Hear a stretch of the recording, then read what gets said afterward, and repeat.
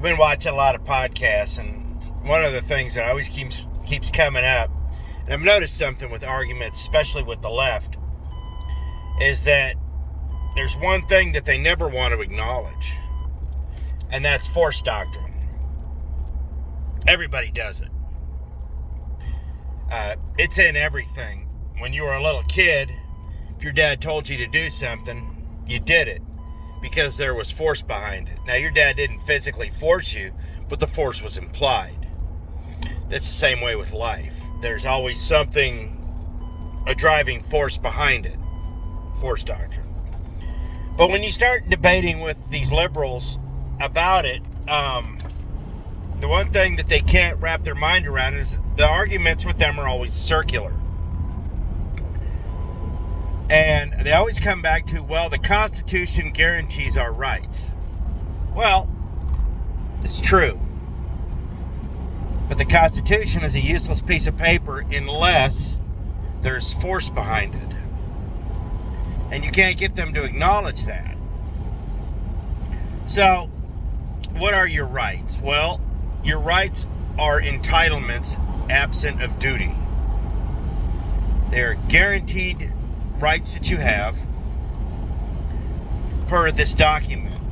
So us as a society got together and said, these are the people's rights. Now, what people don't understand about rights is that rights are basically a social construct put together and agreed on by the masses. There's the bar.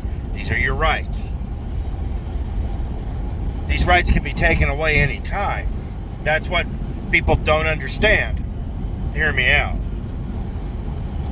So when you're dealing with a leftist and they keep coming back to, well, we have the Constitution.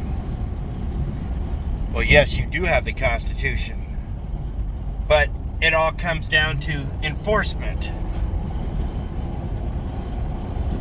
You have to be able to enforce these rights.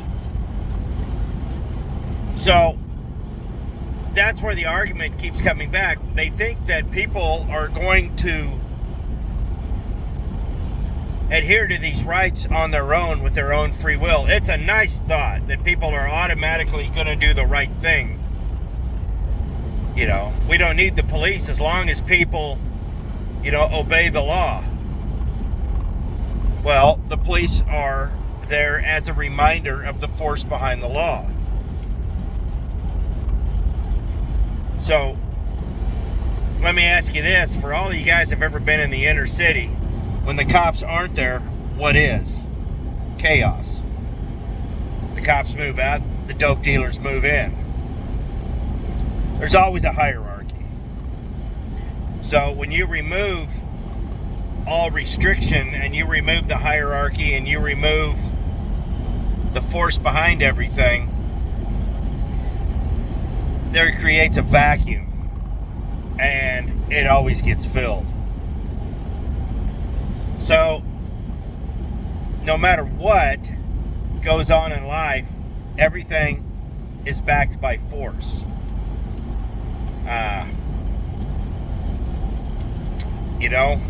Most of it's implied because we are civilized. But when the implied force is not a deterrent because they don't enforce it anymore, you get chaos. And the left keeps coming back. These I'm not even gonna say liberal. They're progressive podcasters who have political science degrees and still don't understand anything. They keep saying, well, we have the Constitution. Well, what guarantees those rights? Well, because they're written down. But what guarantees those rights? Well, they're written down. I understand they're written down. What is behind those rights to guarantee that you get to keep them? They can't ever ask that. It is force. It's force doctrine.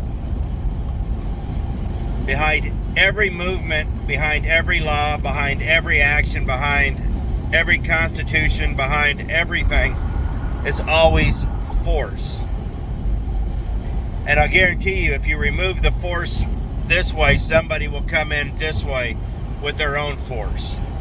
It's the natural order of things. People, if left to their own devices, are very corrupt.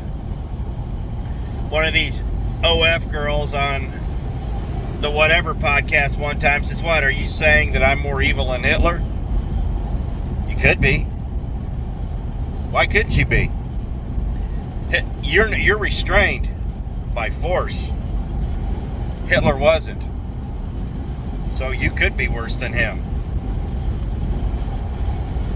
A little bit of restraint is good. And that's basically what force doctrine is. It's the power behind the idea. So when you look at your rights, these things that the culture has agreed on, that this is what we believe your rights are. And mind you, they can change. Our Constitution is a living document, and we have the ability to amend it. So these rights are not set in stone. They are a social construct that flow with the ebb and flow of tide. Or the tide with, like, you know what I'm saying. So, one of the other things that people mistake, you know, just like with the Roe versus Wade thing, I don't want to get too far into this, was that they said, well, this was a constitutional. No, it wasn't. It was the Supreme Court made a ruling. That was the difference. Now, the federal government had 50 years to make it law, and they did not. That's what people don't realize. This was never law. It was just a ruling. And there's a lot of things like that are out there that we think are laws and that we are told are constitutional rights, and we are told they're just rulings. But they're enforced by the power of the federal government because they've ruled them as legal. Therefore, you have the force behind them. But when the force decides that, no, this was misinterpreted or this is wrong, they change their idea, well, they can remove them. So those aren't rights. Those are entitlements.